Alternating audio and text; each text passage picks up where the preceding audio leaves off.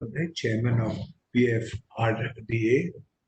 Thank you, Mr. Bandyopadhyay, for your support in organizing this webinar and actually broadcasting it for the education and involvement of people.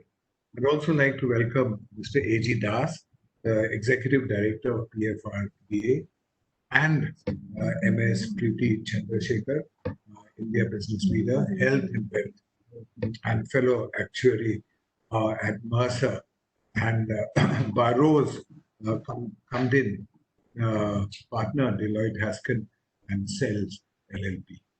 Thank you all very much for your leadership in this event. Thank you, everybody, again for joining us.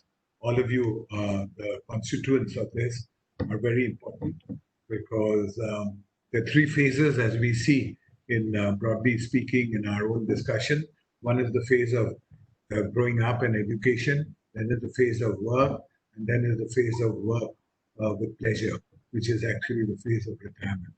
And I was reading an article a few days ago that 80 is the new 30.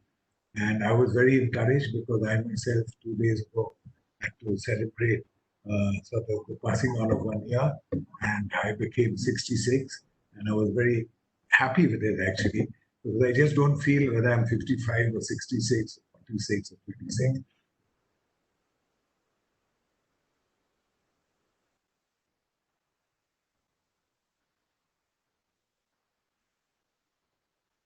Bit of a technical glitch there.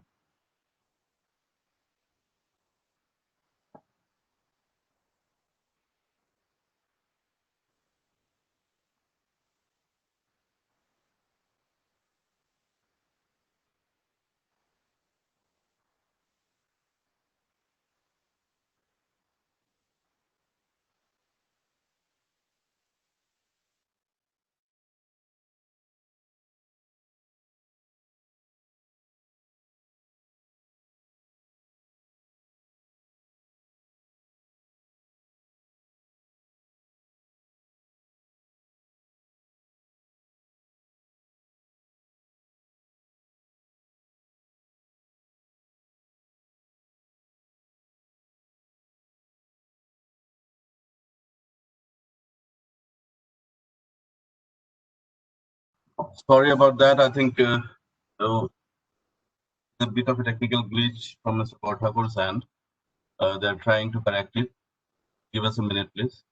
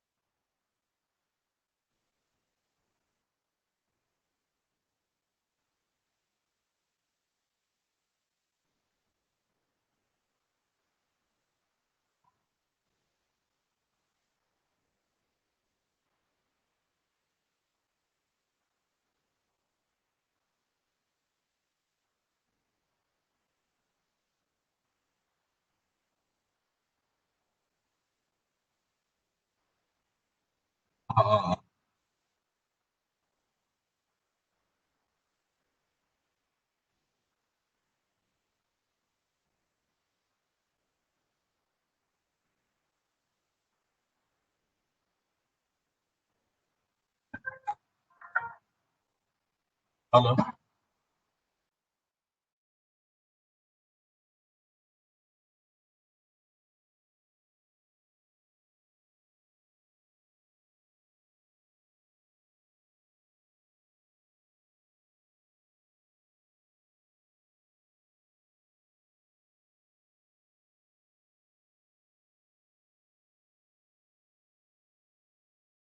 I think Sabor Thakur is still having some trouble with his connectivity.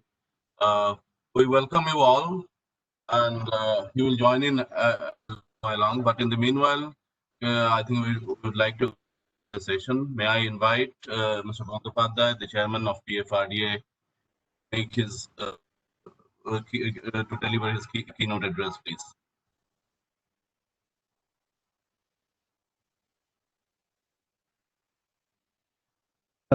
Thank you. Thank you, everybody. Mr. Ranjit Bharthakur, Chairman, FICCI Northeast Advisory Council, Mr. Chakraborty, our host today, other members from FICCI, our co-speakers, Ms. Preeti Chandrasekhar, Senior Actuary and India Business Leader Health and Wealth from Mercer, and Ms. Beroz Kamdin, Senior Partner of Deloitte, and all others corporate participants present today. It's again a great on our part to be associated with FICCI, and FICCI has been helping us in organizing these seminars. Earlier last year we did it in the physical mode, and current year due to the pandemic situation obviously it is in the virtual mode. But the last seminar that we did 1 month ago, that also had a lot of interest, a lot of participants were present there. And again, I thank FICCI for giving us this opportunity to be associated with them. Today, unfortunately, our executive director who was supposed to give the presentation is not here today because another important meeting has come up with the Ministry of External Department of Economic Affairs. We had to be there. So what I'll do, my keynote address will be mostly the presentation that was supposed to be shown. So as I go along, maybe I'll add further data and information to that. So before we start the presentation, let me only tell you that of late, we have seen that maybe pension is catching the imagination of Indian public. During this lockdown period also and challenging conditions, we have seen about 23-24% growth in numbers in the first 4 months as compared to the similar period of previous year. Contributions are flowing in. Almost we have seen more than 24-25% growth in the contribution that has flown in from different sectors, whether it is central government, state government, corporates, retail participants. People are showing a lot of interest. So that is coming in. So far as the pension sector is concerned, PFRDA is concerned, we started our journey after government made NPS mandatory for central government employees with effect from 1st January 2004. And in 16 years, there has been a big change in the sense that what I have already stated, that the attitude of people for saving towards future income and future security has undergone some change. Of course, it's a long run process. It will take some more time, but last couple of years, we have seen a lot of changes are happening. So with that, I'll go into the presentation.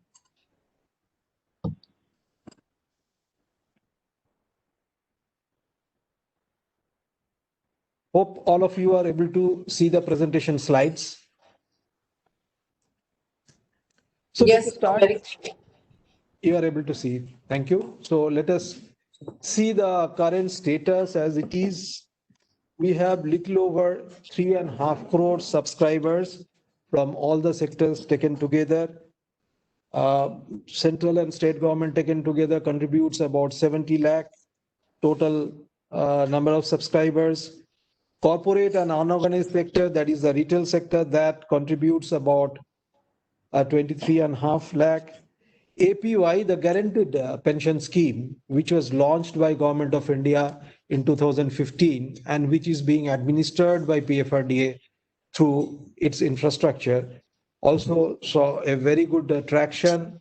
More than 2 crore 20 lakh people have already joined there, and that gives a assured pension of between 1,000 to 5,000. If we look at total assets under management, it is slowly creeping towards 5 trillion. Currently, it is 4.83 trillion rupees. And here, the central and state government contributes almost 83%.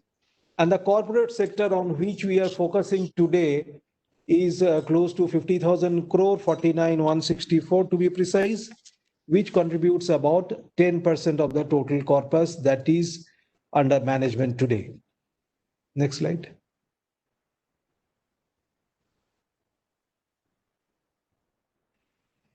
If we see this 7,839 corporates which are registered with us as at 31st July, where from it comes, obviously, which can be predicted is that the financial capital Mumbai and Maharashtra that has most number of corporates registered with us, and it is across all parts of the country.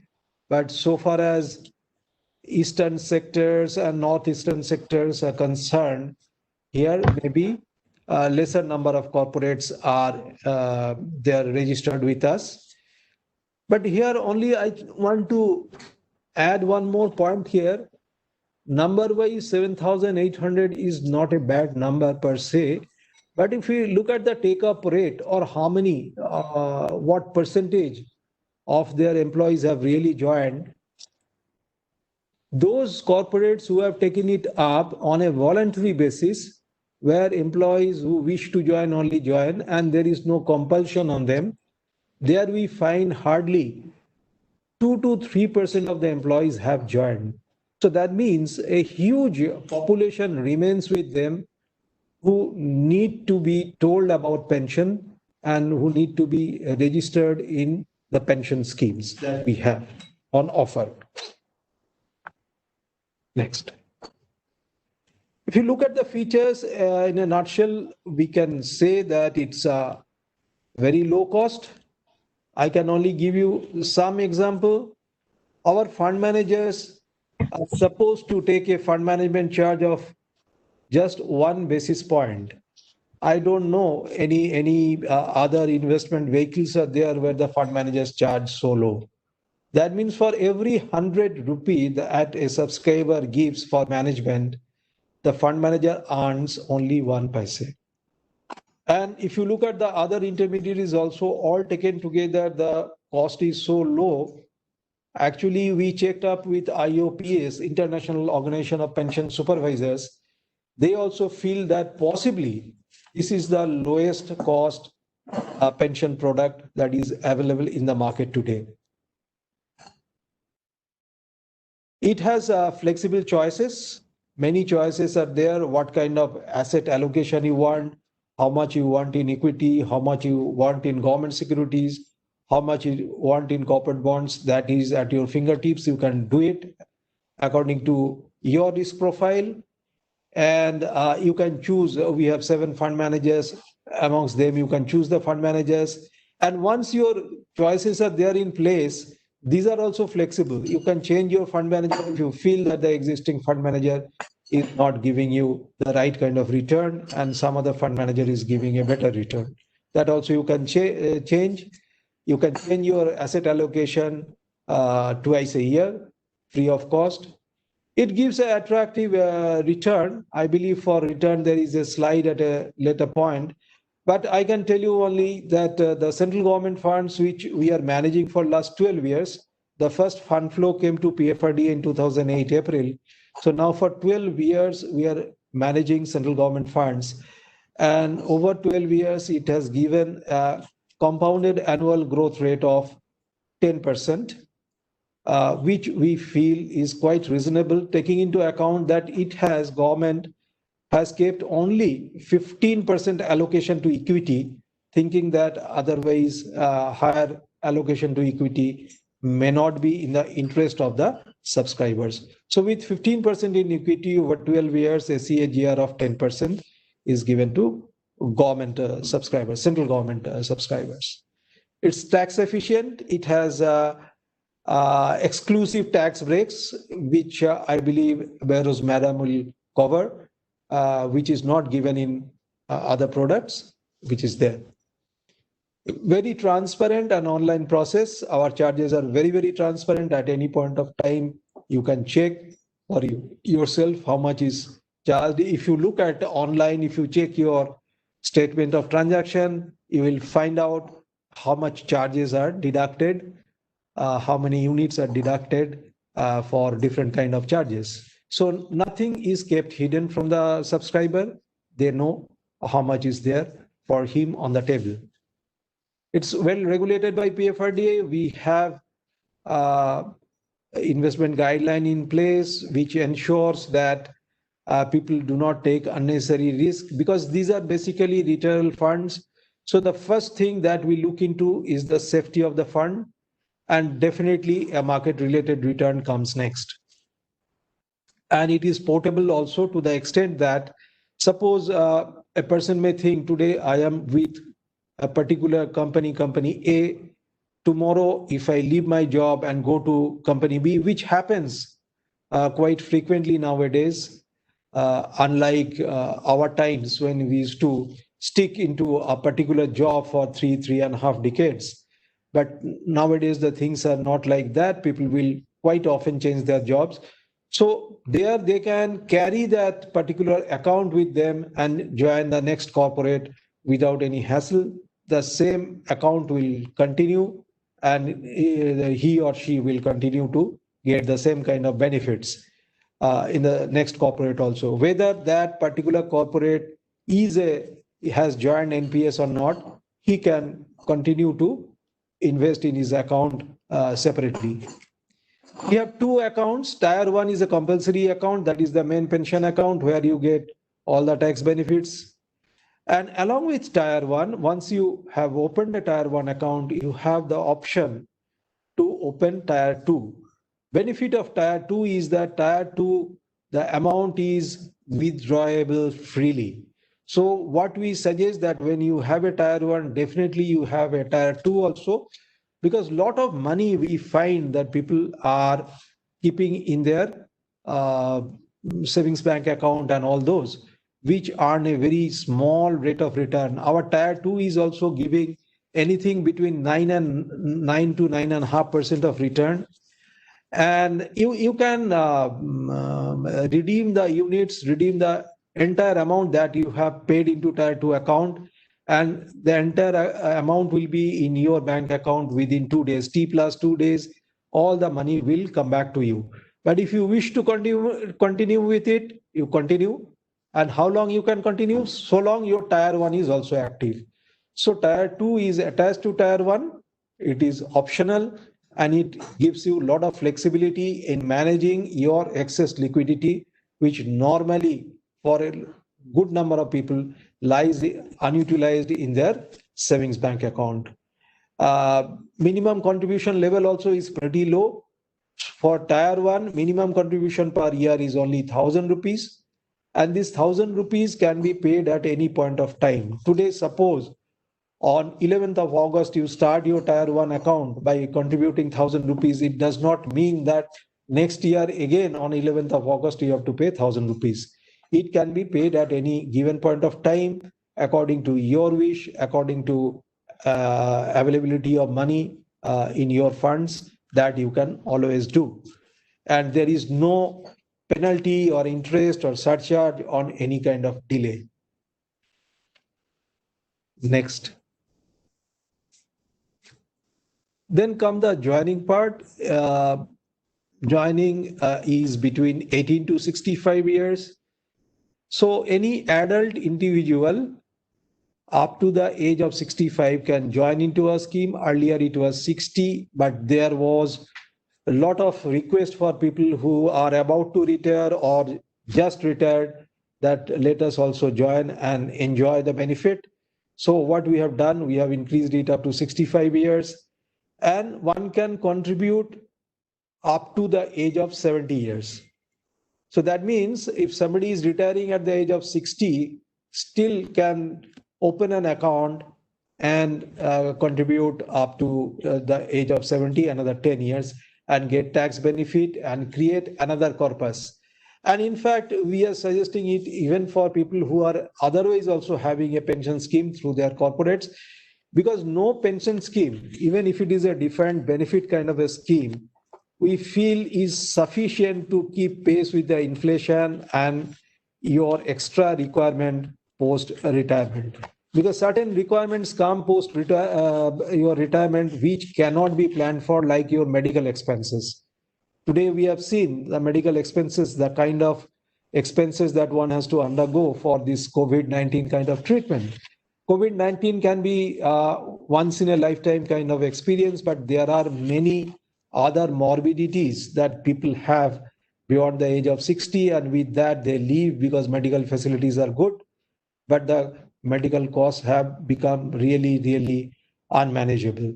So it is always better that your existing pension scheme is supplemented by something else, which gives you that extra money and extra benefit which you need at that point of time.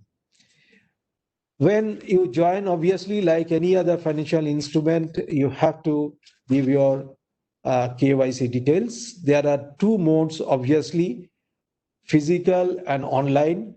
Of late, we have seen that more and more online processes are allowed, so that, as I said initially, that there is 23% growth in onboarding. That happened because online processes are very strong, because nowadays very few people will come physically to a bank or any other point of presence, which are normally our marketing channels, to open their account.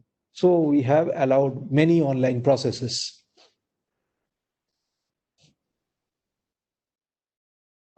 Once you join, then the accumulation phase starts.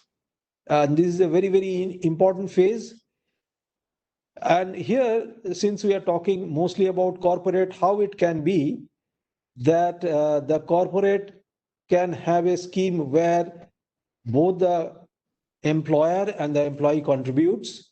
It can be equal contribution, it can be unequal contribution, and it can be a case where the corporate or the employer only enables the employee to join, but they don't contribute. That also can be there. So all permutations and combinations can be worked out depending on what kind of benefit structure the corporate would like to have. So all possibilities are there, and the corporate can choose. There are many corporates which are contributing almost equal to what the employee is also contributing. There are some corporates where they are only contributing, maybe the employee is contributing a very small quantum, and a large number of employers are there where they have only enabled the employee to join, but they have seen to it that the contributions are deducted at monthly intervals and sent to the PFRDA system for investment. The money, it comes to our investment managers. We have 7 of them. And according to the choice given by the particular subscriber, it will go to the particular investment manager or pension fund manager, as we call them. Every day, it's a mark-to-market kind of fund management where it's very dynamic, just like mutual funds. All the assets are valued at the end of the day, and at day end, we have a process through which we find out the net asset value of each unit. And on that basis, the total amount that is contributed, that is converted into units. So if you look into your statement of account of NPS at any given point of time, you will get 2 data. One is that how many units you have accumulated into your account and what is the value of each of these units. So multiplying the number of units by the NAV or net asset value per unit, you will get your corpus. And this process goes on till subscriber exits our system. So we have shown that bottle is half filled. That means maybe that is not the ideal corpus that is generated. The bottle should be actually not only full, but it should be coming out of that bottle, and that will be the situation like that we'll be suggesting. Two kinds of exits are permitted. One is premature. Sometimes it so happens that the person feels that it may not be possible for them to continue or to continue to contribute in the system. They can come out, but that is allowed only after 10 years. We have kept these things particularly to ensure that a person can really generate a corpus. Otherwise, coming into a pension system and accumulating your corpus will have no meaning. And once after 10 years, a person goes for a premature exit, 20% of the money of the total corpus that is accumulated in his name comes back to him as lump sum. That is the maximum lump sum he can get. And 80% has to be annuitized, means that has to be converted into some kind of a pension.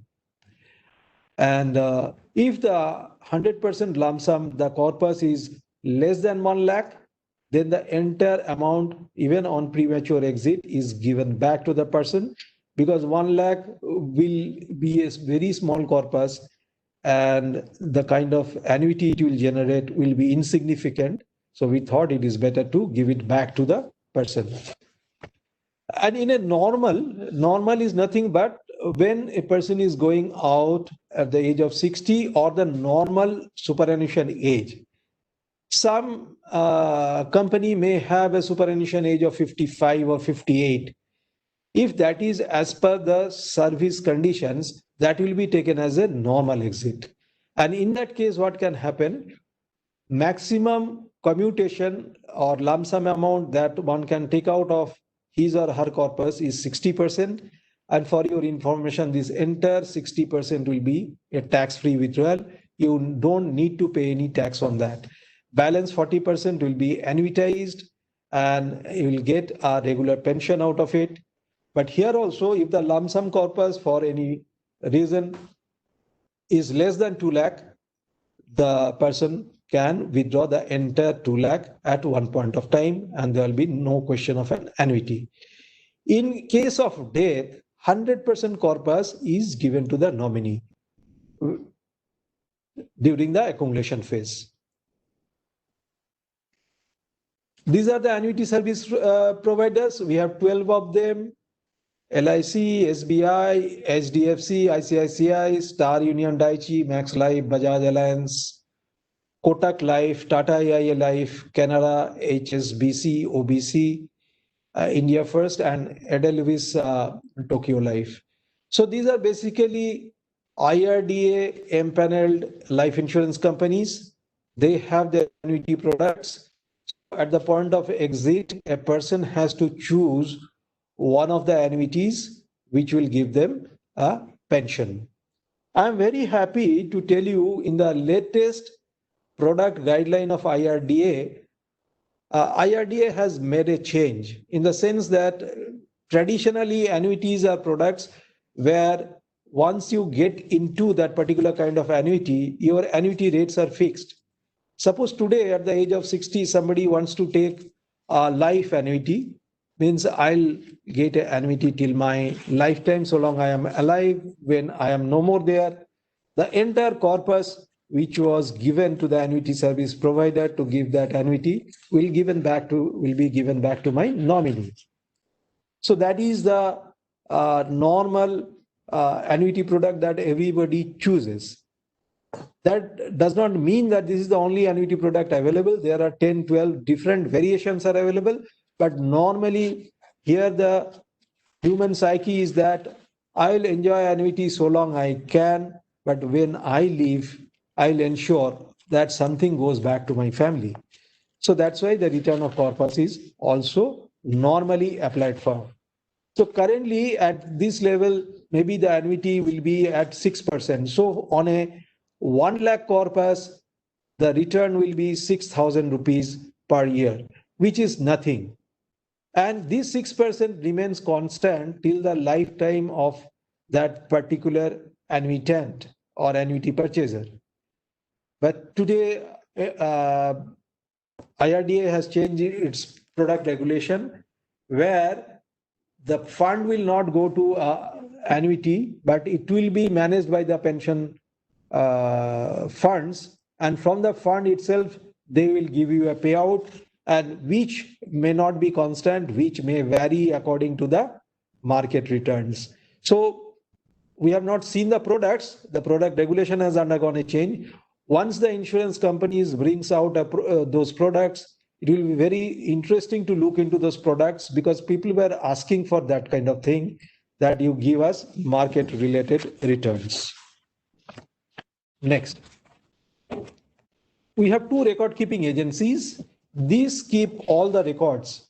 Here, a distinction I want to make from other regulatory bodies like insurance companies. If you have seen, insurance companies, each insurance company is having all the customer detail and everything with them. They acquire the customer, they make the insurance, they make the investment, they give them the return, they settle the claims, everything they do. It is all in-house kind of a thing. But in our kind of a unbundled system that PFRDA follows, each intermediary manages their own area. Like pension fund managers only get the fund. These pension fund managers, there are 7: SBI, LIC, UTI, ICICI, HDFC, Kotak, and Aditya Birla. They get the fund for management, for investment, declaration of NAV, but they do not have the customer data with them. Customer data lies with two of our central record keeping agencies. One is NSDL, one is KFintech. They manage the customer data. Next. Asset allocation, there can be active choice where the subscriber actively chooses. Like if somebody wants to put money in equity, it depends on the risk parameters that each person has, that somebody can think of putting more money in equity. We allow maximum 75% your fund allocation in equity. Out of every 100 rupee, you can put maximum 75 rupees in equity. Balance you have to put in either corporate bond or GSEC. But if you are choosing either corporate bond or GSEC, you can even allocate 100% of your money in each of these asset classes if you wish.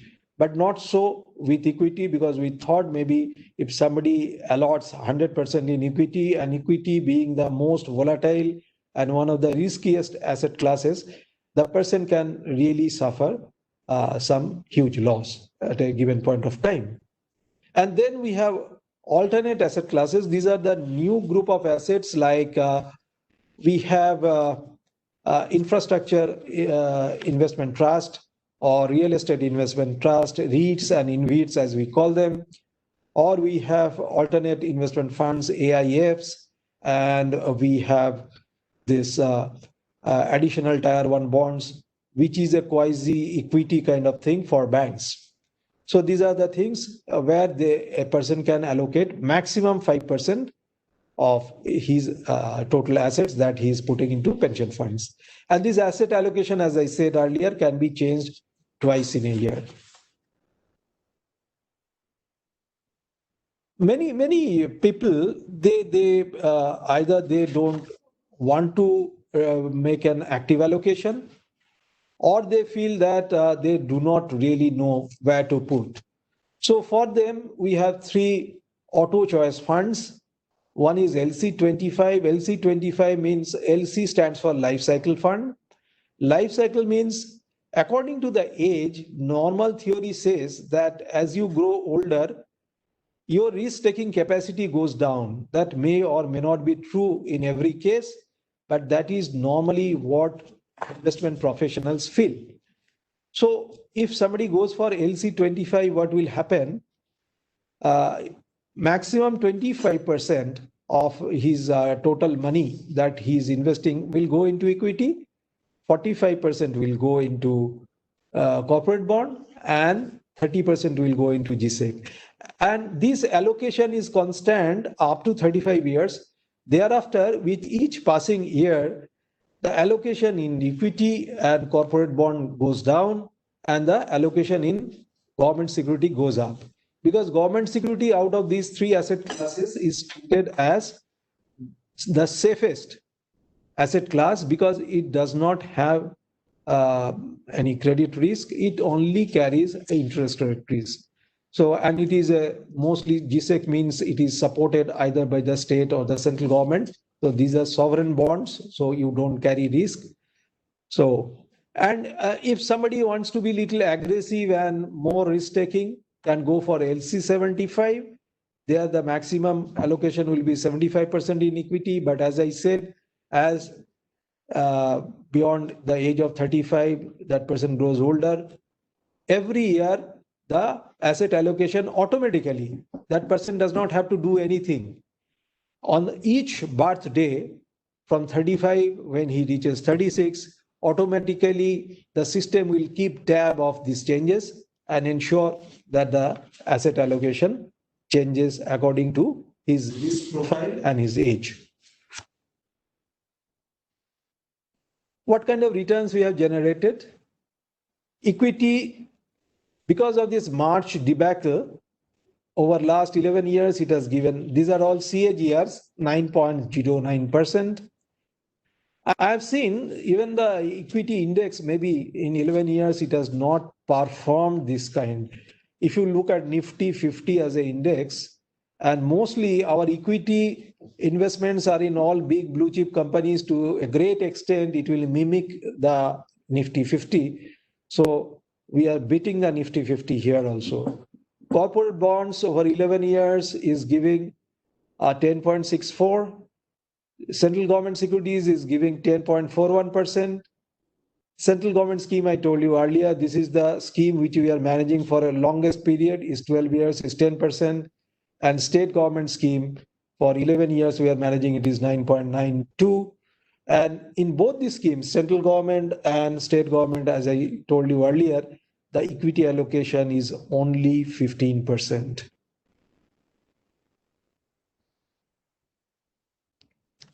These are certain web portals. We have mobile applications. So on the go, you can check your this thing. What is your total fund? What is your total corpus as on a given date? You can contribute through the mobile app. It's very smooth, and you can really time the market if you wish, and if you have the ability, you can time the market looking at when the monetary policy is coming. If you are expecting the rates to be cut, you can put maybe a little more allocation in government security and see how it goes. And here, many other options are there. You can check your recent contribution. You can change your fund manager. You can change your asset allocation through the mobile app. So all these things are there. And in the web portal also, you can check. And in the web portal, you can give a request through which the email transaction of transaction statement, email of your transaction statement will be sent to you. So all these options are there. We have a grievance redressal module, everybody has to have. And ultimately, we also have an ombudsman. Serious cases which requires compensation comes to ombudsman. We have a ombudsman in place. And when the judgment given by the ombudsman is not liked by the person, affected person, can come to PFRDA. And if PFRDA's judgment is also not found suitable, they can go to Securities Appellate Tribunal, SAT. So this is, I believe, all in all from my side. And next, I believe this is all in all from my side. And if questions are coming through at a later point, we'll be too happy to take those questions. Thank you. Right. Thank you, Mr. Pandavata. Thank you, sir. Thank you for a very comprehensive presentation. I think all of us here have benefited from your presentation. The NPS is a wonderful scheme for private individuals as well as for companies to boost employee morale, etc. Uh, Mr. Borthakur has joined back, and I'd now like to request him to kindly continue his address before we move on to the other speakers. There is very little to conclude. The animal has bolted from the blue, and Mr. Bandhapadhyay's presentation is not just comprehensive. His air of confidence in communication has been sort of so exemplary. I think it will convince everybody to be participant of this whole delivery. I, however, have a few points to make. I think Madam Chandrasekhar, you'll be speaking on de-stressing of financial stress in the workplace. I think this is a very important thing for our penetration to go in. In places like the Northeast, most employment, organized employment is government level. There's very little private sector and public sector. And secondly, the MSME industry is non-existent actually if you look at it compared to others. I think the kind of schemes that we may want to have from the farmer level upwards and the whole agrarian scheme for this may be actually more a de-stressing issue or something for Mr. Bandhapadhyay to consider, unless I've missed a point in the presentation. There are 3-4 more points I was thinking of. So according to the sort of worldwide actuarial forecasts, I think what I'm noticing is that the age of longevity, and I stopped when it backed out, is that if you're 80 is the new 30. But I also see that in Japan and other population groups, and a number of people that are over what you call 100, not just in India but in the world today, have gone up absolutely significantly. So I think from an actuarial point of view, whether it's male or female gender-wise, is that I think the chance if you're 50 to live to 80, at least more than 50 to 70% of the people are likely to be there, even though the forecast, the lowest forecast, it may be a little less than half. But we've really got a very big aging population. My worry about pension schemes and what we call the entire process is what happened in the Black Swan event, like in 2008 in Europe and America. Really, it was the pension funds that got challenged primarily because the money markets were in a framework that's stable, which itself has to be re-engineered for actually stability. And that's what we're seeing in the world. So therefore, when equities or mutual funds were stable, I think those challenges need to be addressed in a big way. So I think longevity is one issue that I think we need to manage. And I'm sure if your model is very similar to most models overseas, there's no such thing as an Indian model that I see which comes out giving it the edge which is different, unless I missed a point. The second thing is this whole volatility issue. I think market swings and black swan events may become more. Yeah, I come from the paradigm where I'm actually practicing and what we call presenting on a concept called ecology is economy.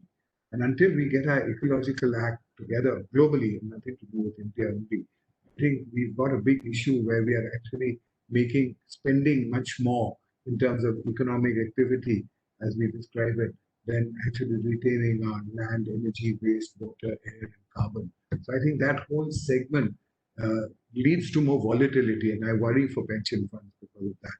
But I'm sure that you all, the way you've spoken, that you are trying to take as much precaution as there is required.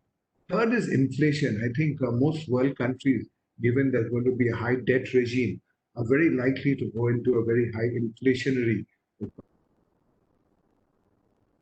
economy itself is a challenge for pension fund neutrality. And I think that's something that if we all sort of address, we can maybe bring down the risk factor to a little less than that, to a little less than what should be. Then lastly is taxation. I've always actually appealed in most of my conversations with government for many years, is that taxation should be really a little softer in terms of the pension funds. While interest rates on specific investments are very attractive because it's the current interest rate in the country, return on investments in banks are between anywhere between 5 and 7% at the most, or 7.5%. Is that your interest profile regime on returns are well above that and mostly around 10 plus. So, which is good, but I don't know how that will neutralize taxation, especially for people who are earning just between 2 lakhs and 3 lakhs a month, even though there's a exemption on taxation.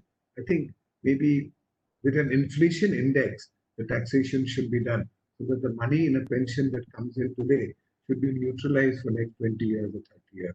So it's a tough one, but I think maybe with people like yourselves who are so kind would be good to consider. And lastly, I think this whole concept, American concept of legacy and bequest, I think that's again to be encouraged because it's a high savings instrument. So I think with India being what it is, being a savings country, other than the fact that gold is a primary sort of fallback for Indians, is that I think we need to look at the legacy quotient and bequest quotient in terms of encouragement or neutrality in terms of its value. So I think with that, we have such interesting leadership from yourselves and for all the participants. I look forward to participating, supporting you all in any way that we can be of helpful to you. There's one more area in Assam which is very organized, but it's in the agriculture rural area, which is the tea sector. And there also with all the workers, I think we've got something like totally, I think, about 2.4 million organized workers, a little less than that we recorded. So I think if we get this whole chunk of 2.4 million into a scheme like this, I think for them, it will definitely be that much more value add to their lives and security in the future.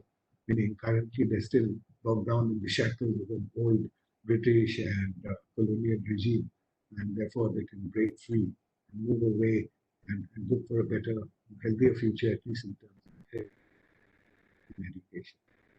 So with that, welcome again and thank you all for having the faith in FICCI and FICCI Northeast for sort of helping you with this. Thank you all very much. Thank you. Thank you, sir. Thank you for that. Now we have Ms. Priti Chandrasekhar, the India business leader, health and wealth, and fellow actuary at NASA. I invite Ms. Chandrasekhar to make her presentation. Thanks a lot. A good afternoon to all of you. Hope all of you are keeping safe. I would at the outset like to thank the PFRDA and FICCI for having given me this opportunity to talk about my favorite subject. I know, I mean, I can spend hours talking about it, but given the current time that we have, I will just focus on 3 key topics. I will spend a couple of minutes on talking about the macroeconomic context, talk of things from an employer perspective, and then talk about it from an employee perspective. So if we can just put up the slides, please. So while that's happening, it was interesting when the PFRDA chairman and subsequently the FICCI chairman also talked about, we talked about the growth in NPS despite the pandemic, which is very, very encouraging. So to say that the pandemic has affected any enthusiasm in terms of really enrolling into NPS, perhaps that may not be true from an employer standpoint. But I also noted a particular statistic that the PFRDA chairman talked about in terms of the take-up rate, which seems to be lesser than a 5% on an average. So I hope what I talk about is something that all of you would resonate with, and certain newer ideas that we would be suggesting at the end of the presentation would be something that all participants would actually think about when they get back to their work. So if I move on to the next slide, as I said, there will be 3 important aspects. One is the macroeconomic aspect. The second is the employer's role. And the third is what can we do differently for employees. Moving on to the next slide. The next one, please. Yeah. So I am talking about 2 key parameters which indicate the importance of the entire subject and why do we need seminars like these for us to understand what is the relevance of what we are talking about. First one, I talk about the Mercer Melbourne Global Pension Index, which is an index which indicates India's pension system's efficacy compares with other countries. And just to give you a sense, we actually had about 36 other countries who were participating, a total of 37. And India was actually 32nd. So we had 5 countries below us. And 3 key parameters of adequacy, sustainability, and integrity. Clearly, where we can improve is the adequacy quotient. Adequacy means how much can our social security system really support.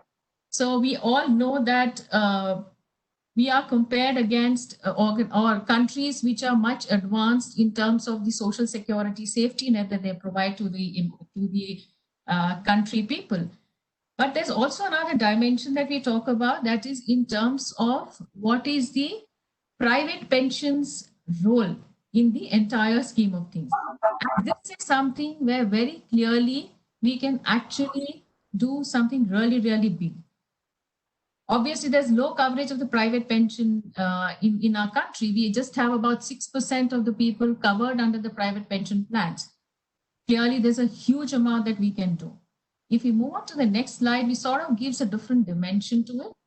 This is about affording a longevity, slightly different parameters. This again is based on a paper that was presented by the Mercer at the World Economic Forum earlier.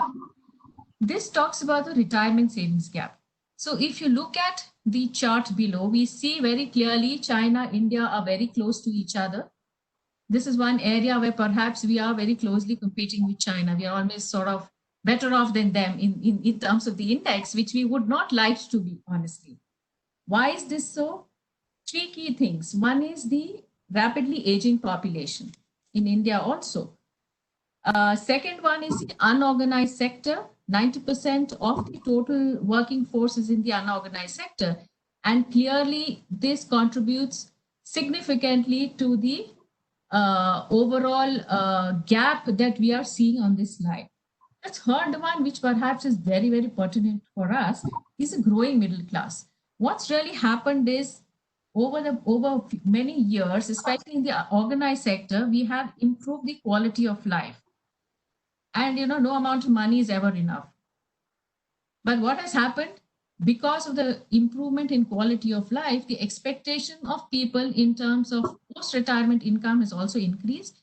And hence you see a gap in terms of what people should have post-retirement versus what they have. Obviously, most people are not saving enough. So can employers do something about it? And this is really the next section that I'm talking about.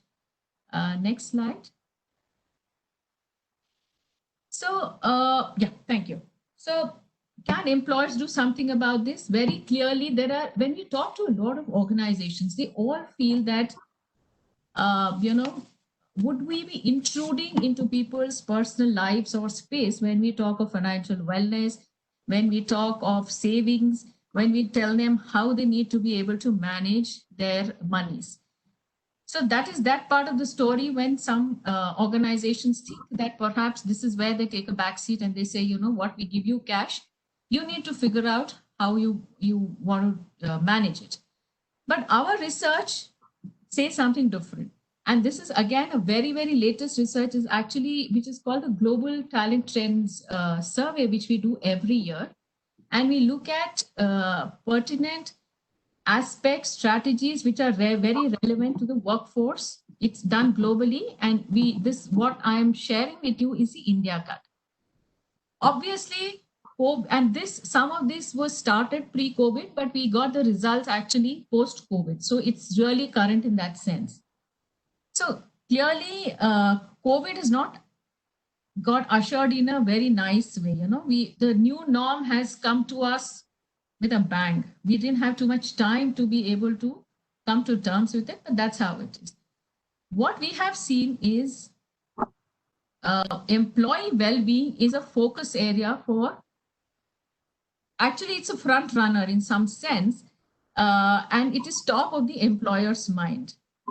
That's one. And especially within the employee well-being, financial wellness is one of the main tenets of employee well-being. And you can see in this slide, when you talk of what delivers employee respect in India, and this is an employee's perspective, to the point whether I need to intrude into an employee's financial well-being at all. So if you answer that question, out of the top 4, physical, physiological, and financial well-being is actually 43% of the employees prefer to work in an organization that is known for its support on these. Come to what is important to employees, and this, because I said it is a mix of pre and post COVID, 78% of the employees really thought that we know that wage stagnation is going to continue. So where do I see that employers are actually delivering? It is interesting that out of the 7 that are listed down here on the left bottom side of the slide, actually 4 of them pertain in some sense to financial well-being. We are talking about financial wellness education. We are talking about advice. We are talking about helping employees assess their financial position. We are talking about long-term financial planning. And we are also talking about enhanced retirement contribution from the employer. So if you see the focus that we'll actually have on the employee financial wellness, yet we see only 29% of the employers, of course, of the people who responded to the study, provide financial education for employees. So there's clearly a gap between what the employees expect and what the employers are doing, and the employers perceive as something that the employees want them to do. So we see this kind of a gap between what we think we should do versus what the other feels that we should do for them. If you move on to the next slide, this is another interesting one. Why do employees join an organization? Why do they prefer staying in the organization, and why do they leave the organization? So you see, interestingly, if you see on the left side, you have financial well-being initiatives and pension retirement options, perhaps not the top 5 modes of attraction for talent. But when you talk of staying in the organization, they sort of move up a couple of notches in the order of priority. And when people leave, they actually leave because of maybe better financial well-being initiatives in another organization and pension or retirement options that the companies provide. So very clearly, financial well-being, pension, retirement is something that all employees want their organizations to help them do. Wanting to help doesn't mean that they sponsor the retirement schemes. It doesn't mean that the employer contributes. It means that the employer should be in a position to help the employee, maybe prod them to be able to take decisions which are good for them in the long run. If you move on to the next slide, look at the remake opportunity. Here, very clearly, and there's a lot of statistics here, but in a nutshell, what I would like to share with you on this, the key messages are that you need to ensure as an organization that people make smart decisions on future health and wealth today. So we are not talking about today's health and wealth. We are talking about making smart decisions which will help in future health and wealth, but the decisions have to be made today. The second one is in a manner, and the opportunity should be such that people can have income generation throughout life. It doesn't mean that you have post-retirement employment. It just means that you need to have a way in which there is some income post-retirement. And there was a point about medical care. I mean, it's very evident that all of us, we know, are going to live longer. But are we going to live healthy? That's $1 million question, right? So that is why medical expenses are something which is really, really big post-retirement. And in India, when you're talking about not having any post-retirement medical benefit for most of the corporate sector, other than a few PSUs and some other very few organizations in the private sector, that's something that I have to fend for myself. So these are some of the things which indicate that the employer has a larger role to play than what we think they should play. If you move on to the next slide. Okay, the next slide is also another interesting one. We are talking about flexibility in when to retire. Are we talking about complete or partial retirement? And a host of other things relating to this. So clearly need is to focus on retirement, not just talking about the younger workforce, not just talking about the millennials and what they go through in their current life, but also to be able to help them prepare today for some aspects of life that are likely to happen later. So clearly planning and help and facilitating planning from an employee perspective is extremely important. We move on to the next slide. Now we see how do we help. And I will go back to the point and allude to the point that the PFRDA chairman made that the take-up rate in organizations is just about 2 to 3% on an average. There could be organizations which have more than double digit, but there could be others who have very, very low take-up rate. So let's see what's happening. What are we typically doing in financial wellness? We run literacy programs. All of us know that we will actually get a set of people, help them, help the employees go through the basics of financial literacy, make them educate, help them understand various asset classes, help them understand, what happens, etc. What and those kind of aspects we very nicely cover. But what is happening is that we are assuming that financial information is actually enough to change financial behavior. Programs may be very tough. Programs may be very short or hard. They may not be engaging enough. And I'm not too sure if I'm made to sit through a class of 90 minutes at my age, how much of retention I will have in terms of what gets said there in the 90 minutes, right? Another important aspect is we paint all with the same brush. At best, what we do is we say millennials, this kind of a session, people who are, let's say, between a 30 to 40, this kind of a session, people who are above 50, a different kind of a session. So this is assuming that somebody who is in 20s necessarily thinks that equity is his best way. It may not be so. Every 25-year-old may not have the same risk-taking ability and go ahead with equity. I may be a very conservative 25-year-old. So one needs to understand the mindset that I have for me to be able to change it. And if I paint everybody with the same brush, I will obviously not be people who will connect with what we're talking about in terms of financial literacy and be able to execute and hence be engaged in some of the employer initiatives we have. Another one is social influences.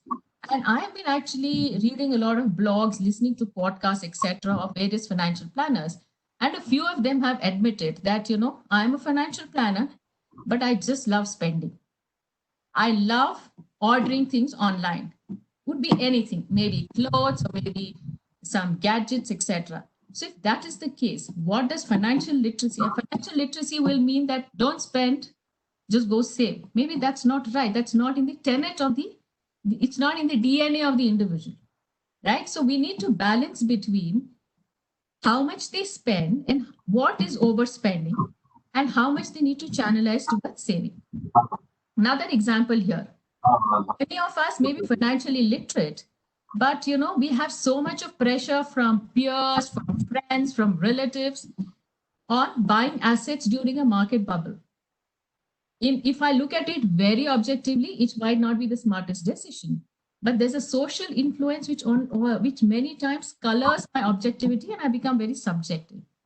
So what do employers need to do to understand that these are the things that influence a person's spending, influence a person's behavior towards savings, and how do we address that? If we move on to the next slide,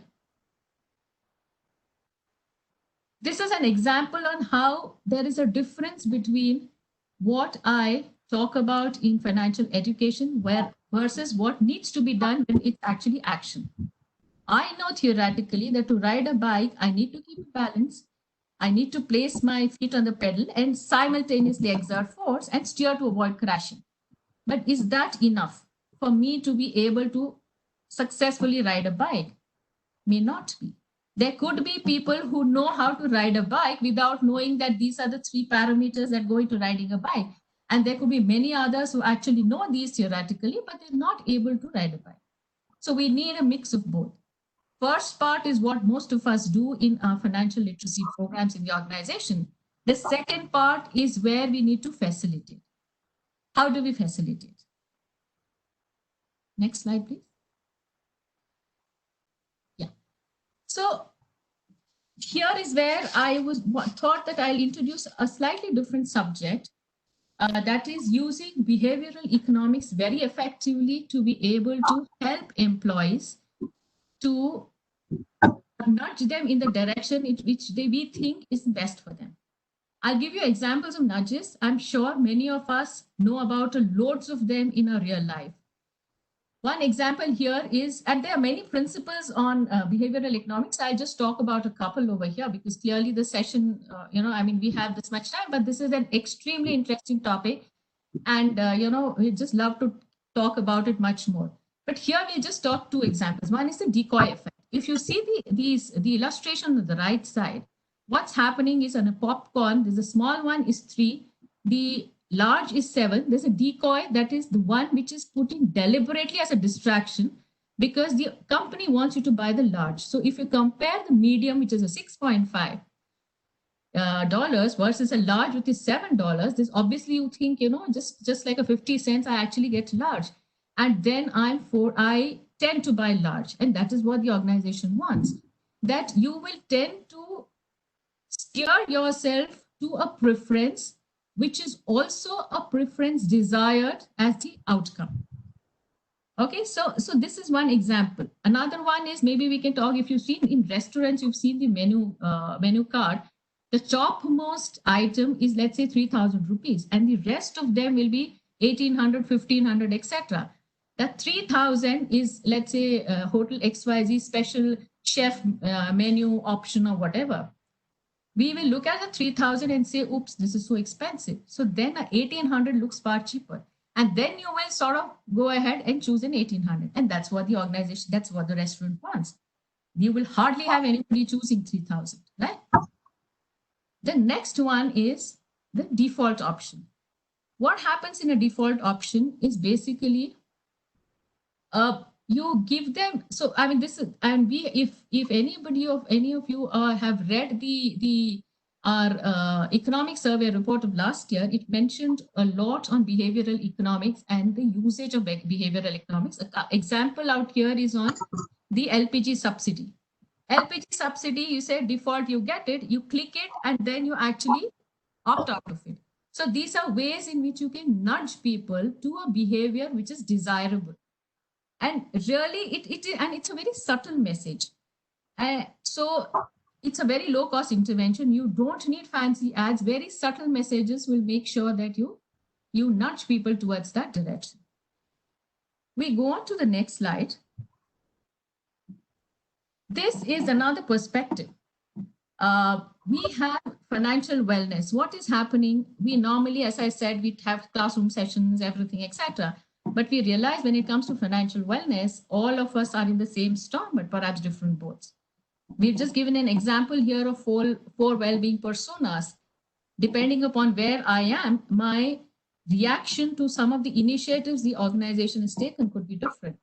I may be just about being able to manage my day-to-day expenses. I may be in a capacity to absorb a financial shock. I may be in a position that I'm able to make choices in life with more freedom, or I may be on track for the future. Now, it's important for us to see sorry? The message.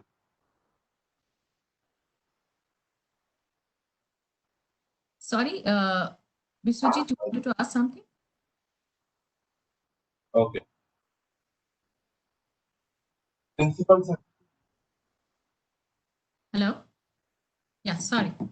Yeah, so these are clearly 4 different personas. And when you talk of these personas, the messaging for each of the persona is important. And how is it that we look at something which is very, very pertinent to this persona? Do I have, and this persona, it doesn't mean that, financial stress is the same for all 40-year-old. A 40-year-old could be in the leftmost category, or he could be in the rightmost category, or perhaps a third one. We don't know. So assuming that every 25 to 30-year-old will want this, every 40 plus would want that, is something that we are actually having our own bias when we are designing the program. If we move on to the next slide. Yeah. So when you design your program, you need to work based on the priorities. You need to look at data very, very clearly. Obviously, data is extremely important, and we need to draw insights from the data. Which of these categories have low financial courage? What is the persona we are talking about? How are they engaging with the existing benefit programs, existing initiatives that the organization has? And how are they, I mean, what is the kind of approach do you need for them? Is it do it for me? Is it showing success through defaults? Is it personalizing information? Essentially, you just, maybe it could be just small baby steps to help them build confidence so they move from one persona to the other. But the idea is not to paint everybody with the same brush. We move on to the slide. Next slide, please.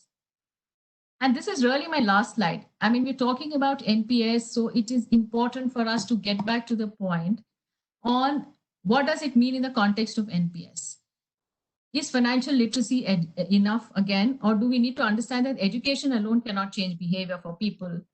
People are at different levels of well-being. So for me to think that, I do all these sessions and the enrollment goes up, maybe not true, maybe true, maybe not true.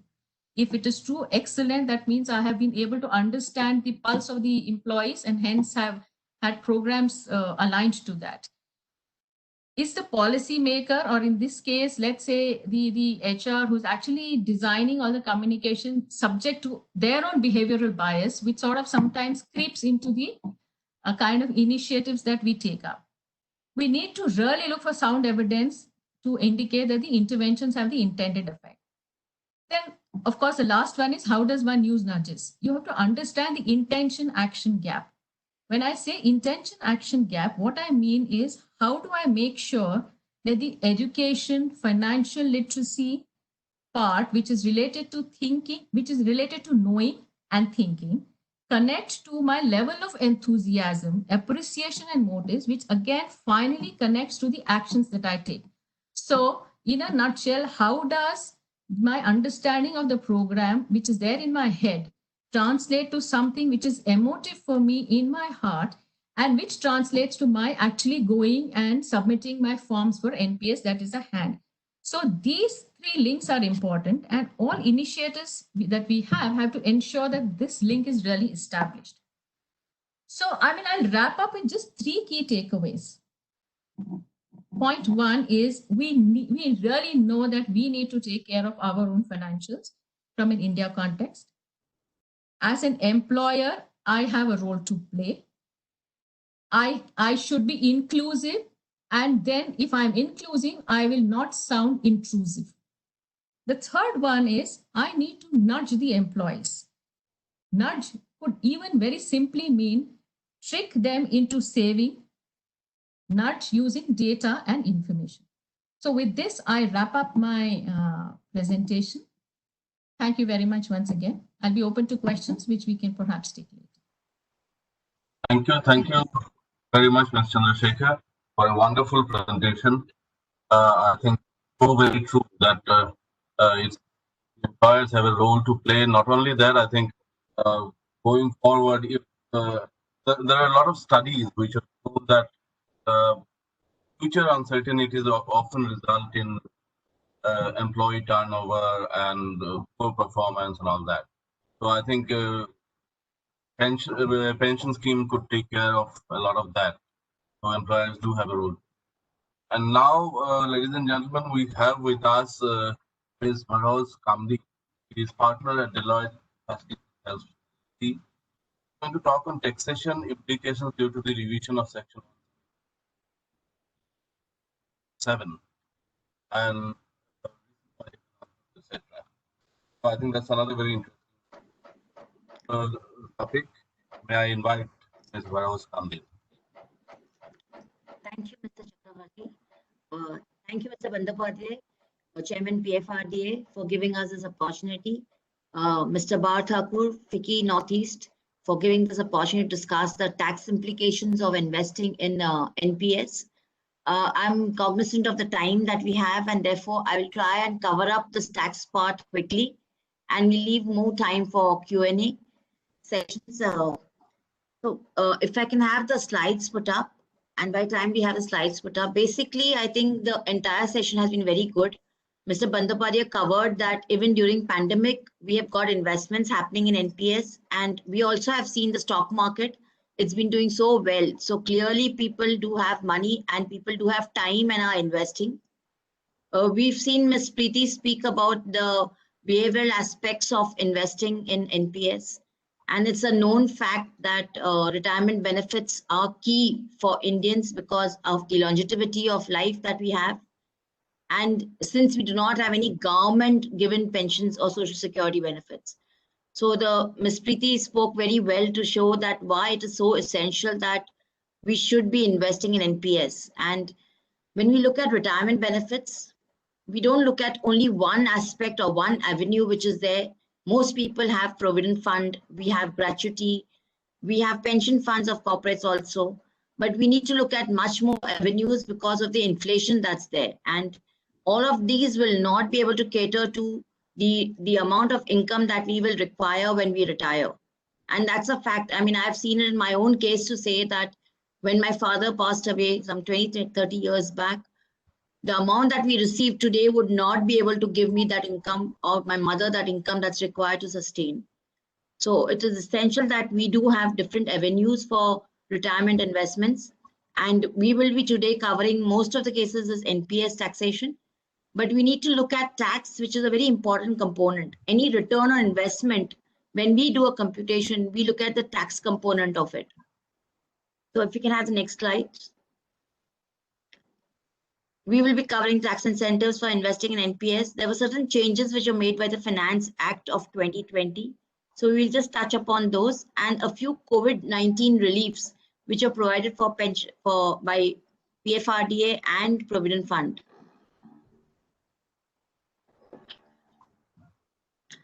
So when we look at tax incentives or retirement planning, I'm so sorry, I think there's a disturbance here.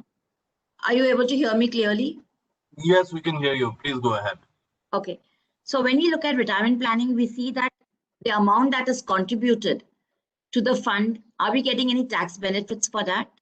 The income that accrues to the fund over the life of the program, what is the tax implication of the income that is accrued? The contribution which the employer makes, what are the tax implications of that? And on withdrawal by the employee, what is the tax implication? So there are 4 stages basically, which we look at when we are looking at tax incentives for retirement planning. Next slide, please. Is there a disturbance coming?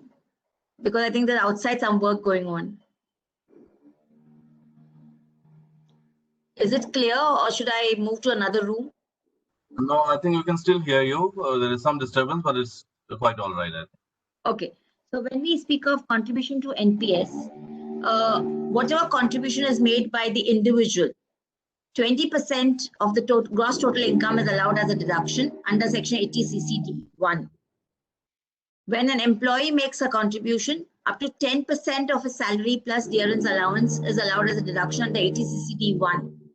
But this entire contribution comes under the threshold of 1,50,000 along with other deductions. So if you have deductions for PF, insurance, PPF, all of that is aggregated along with the individual contribution for 80 CCD for pension, and the entire amount is allowed to the extent of 1,50,000. However, NPS has an additional deduction of 50,000, which is not then any other case. So therefore, if you look at it, and Maharashtra speaks of it, and Mumbai being the financial capital also speaks of the benefit that you're getting, because NPS, you get an additional benefit of 50,000, which is not available if you contribute to PPF, you take insurance policy, you take any other method. This additional benefit of 50,000 is there in NPS. That is subject to you not taking the lower rate of tax, which is applicable from the current year. So the government has come out with an option that you go under normal rates of tax and you get the exemptions and deductions, or you could go under the lower rate of tax under section 115 BAC and not claim any exemptions or deductions. If you go under the lower rate of tax, then you do not get deductions for the contribution that you make to NPS or to PF or to PPF. So you don't get any deductions then. Now, contributions made by the employer to the fund. Contribution which is made by the employer to the fund is taken as taxable and it's taken as a salary. It's also taken in the limit which has been introduced now in the Finance Act 2020, which we'll speak later. So the entire employer's contribution is taxable. However, under section 80 CCD 2, you get a deduction to the extent of 10% of basic salary plus dearness allowance in case of all employees, except for central government employees. The deduction that is allowed is 14% of basic salary and dearness allowance. So central government gets a higher deduction because they contribute also to the extent of 14%. The entire amount what is contributed to an employer is allowed as a deduction under 80 CCD. And this deduction will continue even when you opt for the lower rate of tax. So in the current year, even if you were to go under lower rate of tax, an individual goes under lower rate of tax under section 115 BAC, the employer's contribution will still not be taxable to the extent of the limits which have been mentioned, internal limits of 10% for all employees and 14% for central government employees. Now, annual accretion to NPS account. Till last year, the annual accretion to the NPS account was not taxable. However, the Finance Act has made an amendment, and the amendment, we'll come to it in the next slide. It basically says that if the employer's contribution to Provident Fund, to NPS and to Superannuation Fund were to exceed 7,50,000, then the income that is earned on that excess amount will become taxable. So the individual contribution, the employee contribution, annual accretion is not taxable. Employer's contribution, it can become taxable only if the threshold of 7,50,000 has been crossed. So we will discuss this a little later as to how do you have the hierarchy for it. Then we come to withdrawal. Withdrawal from the fund, they have made amendments to it to now say that 60% of the amount that you withdraw on closure or opting out of the scheme will not be taxable. It is exempt from tax. And this is all tier 1 capital, tier 1 NPS schemes. 40% any which way will be taken for purchasing the annuity policy.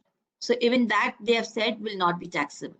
So 100% is not taxable as far as withdrawal is concerned. 60% is a specific exemption given under section 1012A, and 40% because you purchase an annuity policy is taken as not being received and therefore not taxable.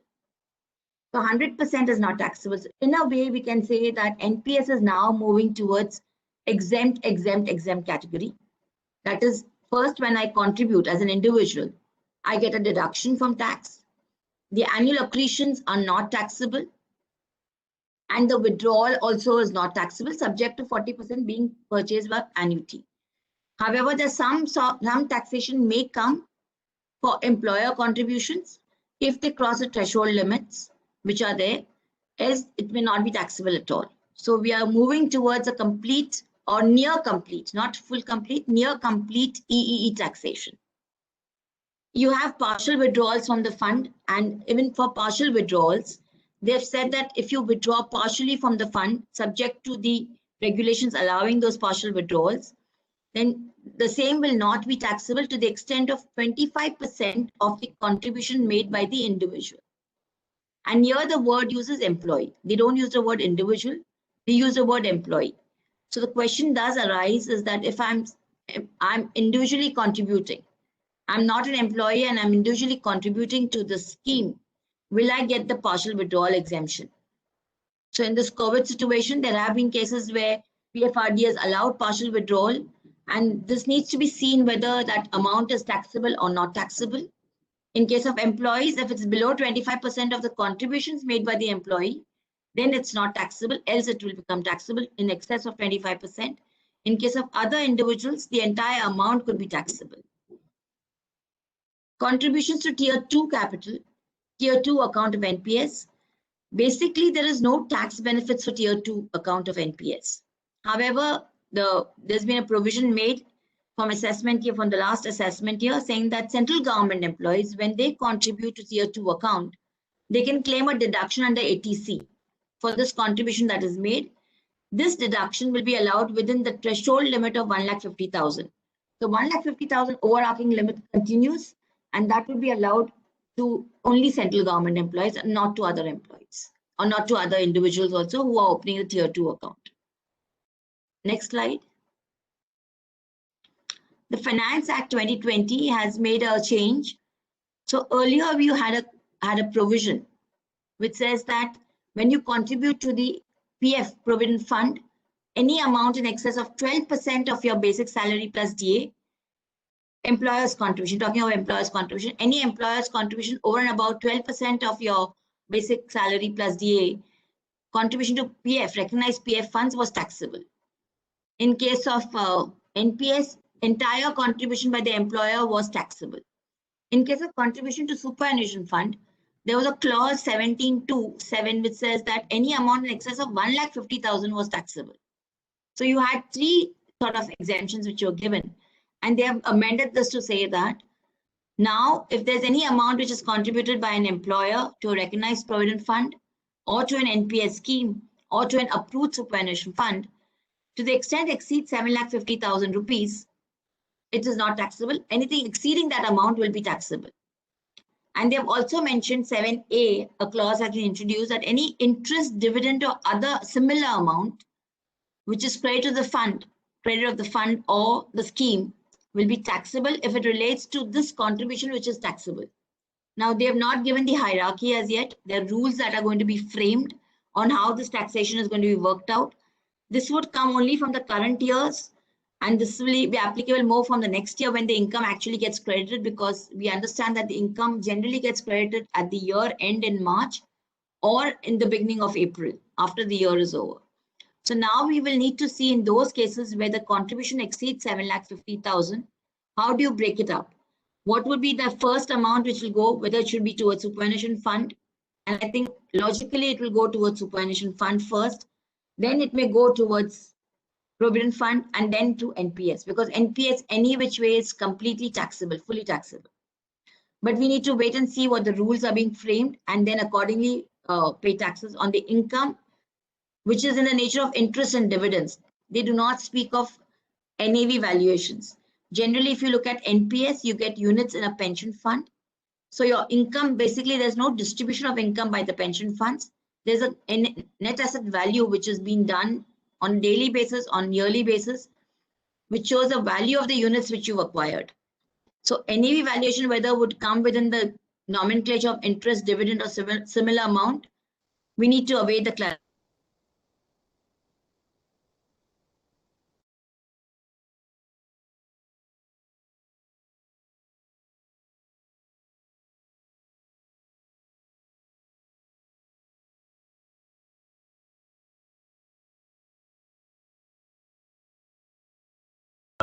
We have lost her there. Not audible.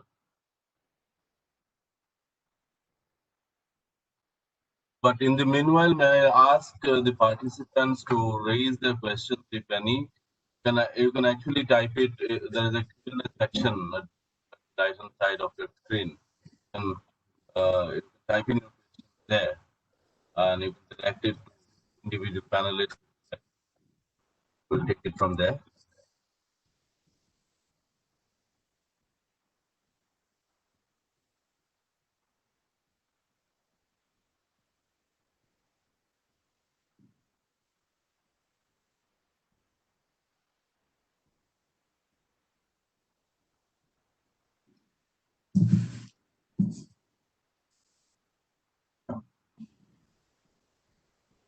So while we wait for Ms. Kamdin to join back, we have a question here. Maybe we can take that. It is not really directed to anyone in particular, but I think someone from PFRDA could respond. The question is from Mr. Jagannath Charo. He is asking, I have opened an NPS Tier 1 and Tier 2 account, but there is no NPS scheme in my company. I just wanted to know, will there be an issue at a later stage? I've opened the account on my own.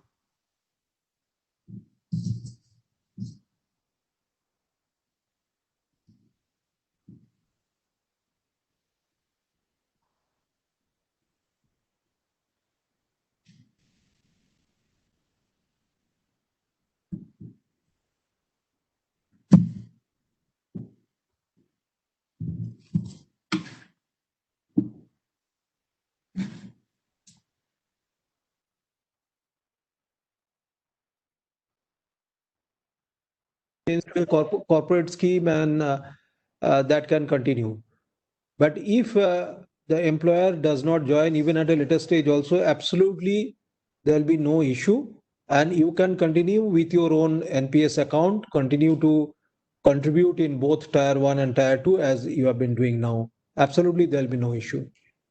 There is no compulsion, so to say, that the corporate also has to join. It's not like that. Thank you, sir. Are there any other questions? I think there is another question which has been actually answered. The question is, how do I open an NPS account? I think that has already been answered. Slides. Slides.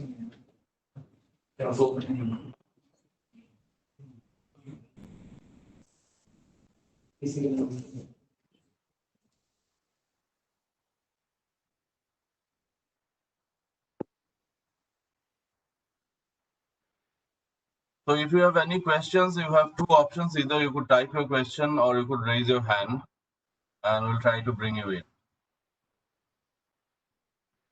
There's a question here from Sachin Shah. He says, my observation is smaller margins in NPS. It is quite evident that the role of financial planners and agents practicing chartered accountants, so to say, their inclusion want to not increase the chances of investment in NPS. So his question is basically about bringing in intermediaries,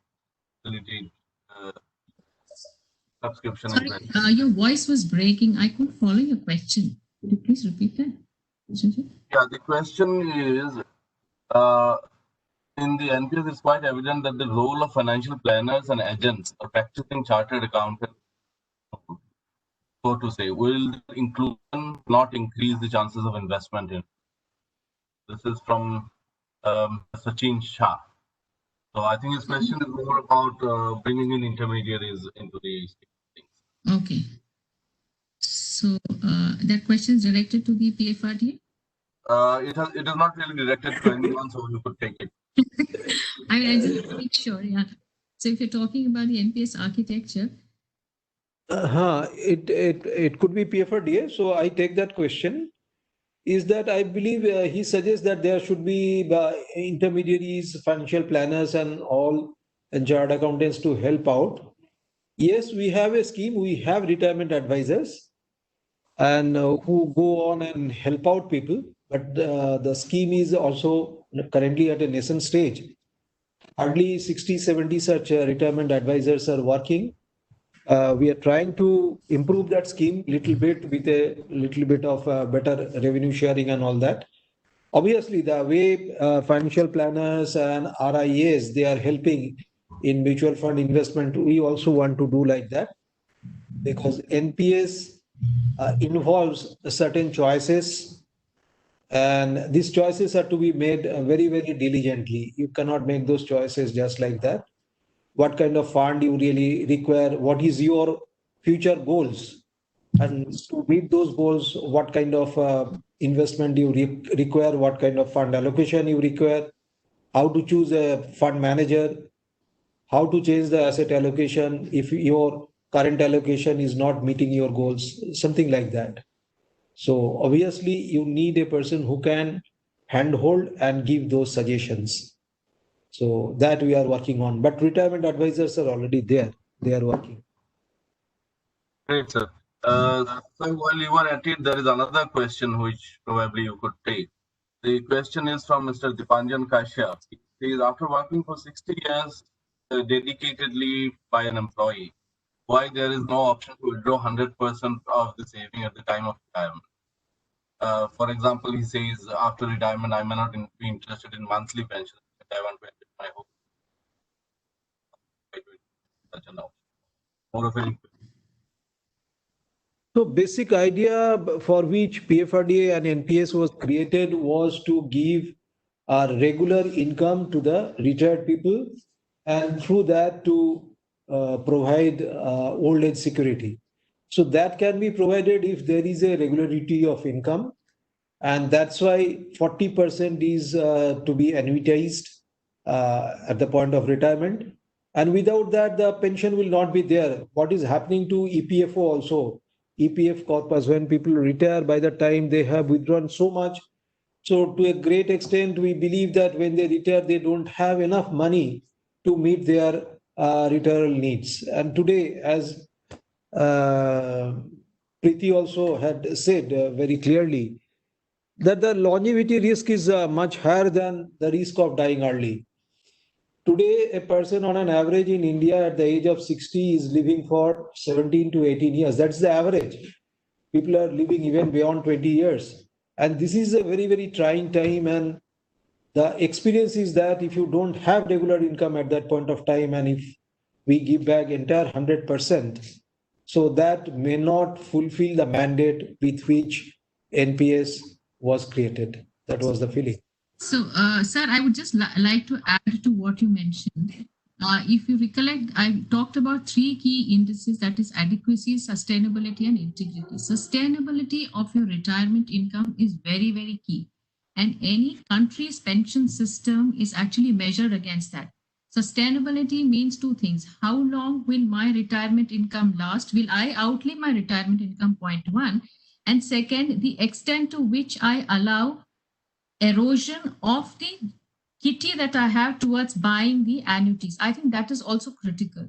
So to Sir's point, the fact that NPS to start with is there because it allows you to save, and second, which is the moot point, is it allows you to save for retirement. So if I am allowed to dig into that amount, full 100% or what at my retirement, it will be typically like any other lump sum where I will not be able to use it for a sustained post-retirement income, which is really the basis for such a scheme in the first place.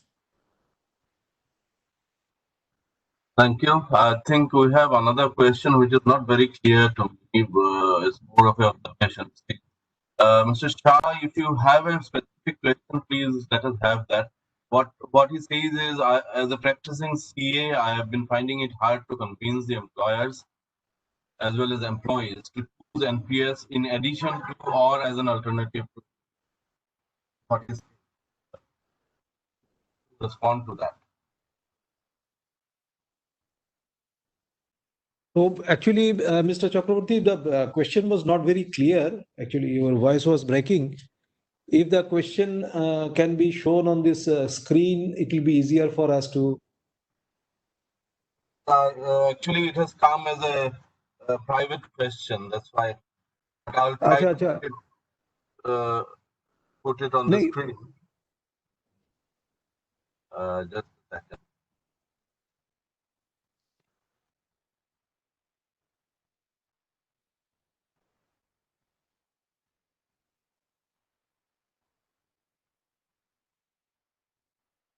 Is it that he is finding it difficult to convince the employer? Yes, he is finding it difficult to convince the employers as well as employees. He is a practicing CA to go for NPS in addition to or as an alternative to EPF. As an alternative to PF. Okay. Okay. So currently they are under EPFO, I understand. Yes. So Actually, now we have to check one more thing, that whether they are mandatorily under EPFO or they are voluntarily under EPFO. If they are mandatorily under EPFO, currently there is no such scheme where the transfer of money from EPFO to NPS is possible. But there are people where the average monthly salary is more than 15,000. On an optional basis, they have joined there, or they have a trust, separate trust, PF trust. They can as well join, and there have been cases where people have transferred their money from PF to NPS. That is possible. We have done it, and this is possible. Absolutely. So far as legal provisions are concerned, there is no legal binding that it cannot be transferred. But only if the employees are paid under 15,000 and they are mandatorily under EPFO, their contribution cannot be transferred. This is the current situation. Okay.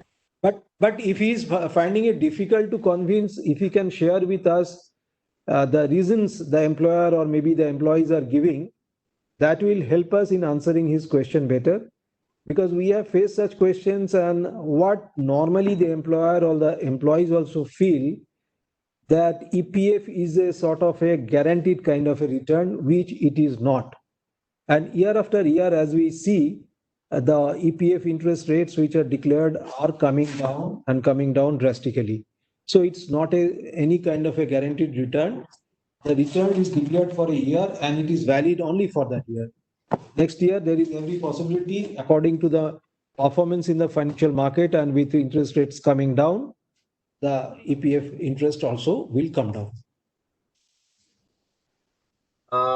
Mr. Shah, I am opening your audio. I'm allowing you to speak. So if you want to ask the question verbally, you can go ahead and ask it. Mr. Sachin Shah. Okay. Yeah.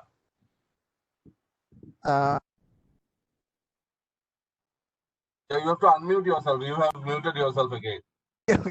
Okay. Am I audible? I hope right now. Yes. Yeah. Okay. Thank you so much, sir. Thank you so much. I have been seeing this presentation and I'm honored. So first of all, but my specific query, yes, sir, you've answered quite a bit of it. My particular query was, I mean, to convince the employers or the employees to choose not as an alternative, but in addition to EPF. NPS, I understand the benefit of NPS, but people are finding it, the employers are finding it difficult to choose NPS also. And as far as the employees are concerned, they find it difficult because their take home gets deducted. I'm talking from a very layman point of view. I'm so sorry for that, because the employees feel, obviously their paycheck gets deducted at the end of the day. They also are they are also very reluctant about it to choose. So that is my, full observation for that.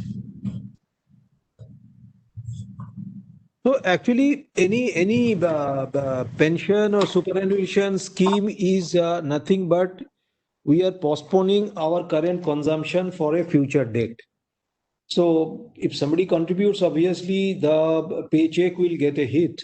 The net pay definitely will come down. But whatever are their current needs like, accordingly they can contribute. And as we said, it's a very flexible scheme. They can start by even contributing 1,000 rupees a year, which I feel at 80-85 rupees a month will be nothing. So that also they can consider, and as they go along and their paycheck goes up, their payments go up, they can try to contribute even more. So it's not that they have to keep their contribution level at the same stage year after year. No. According to their payment capacity, from 1,000, they can go up to 5,000, 10,000, whatever they wish. And in fact, both for Tier 1 and Tier 2, I wish to tell you that there is no limit to what one can contribute.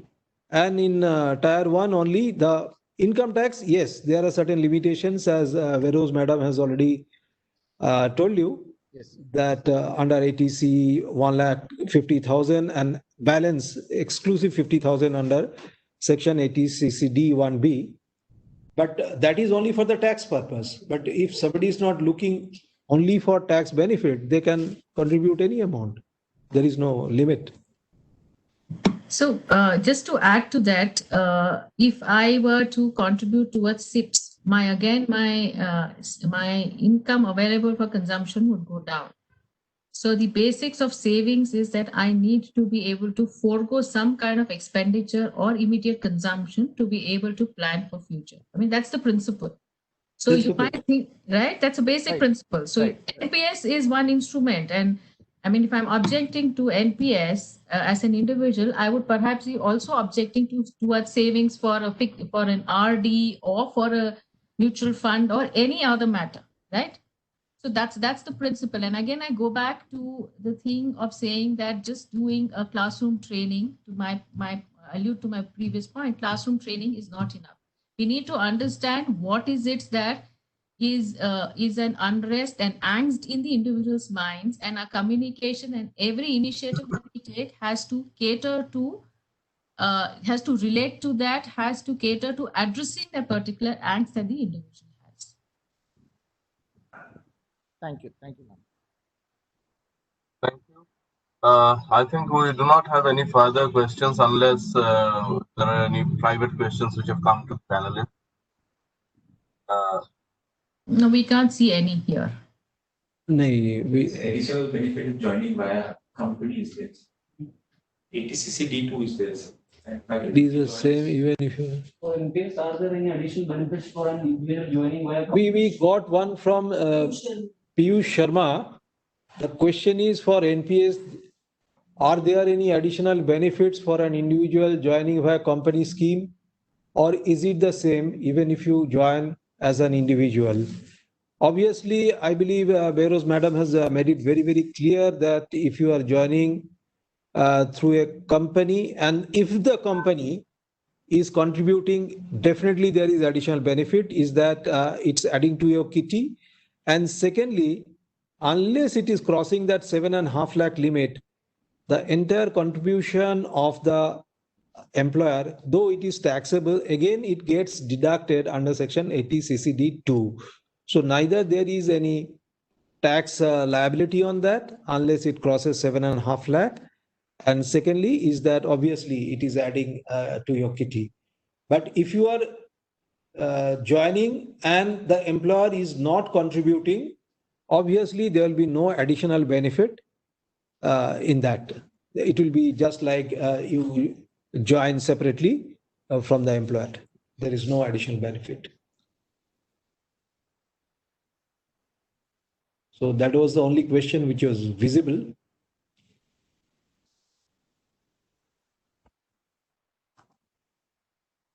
Right. I do not think there are any further questions, sir.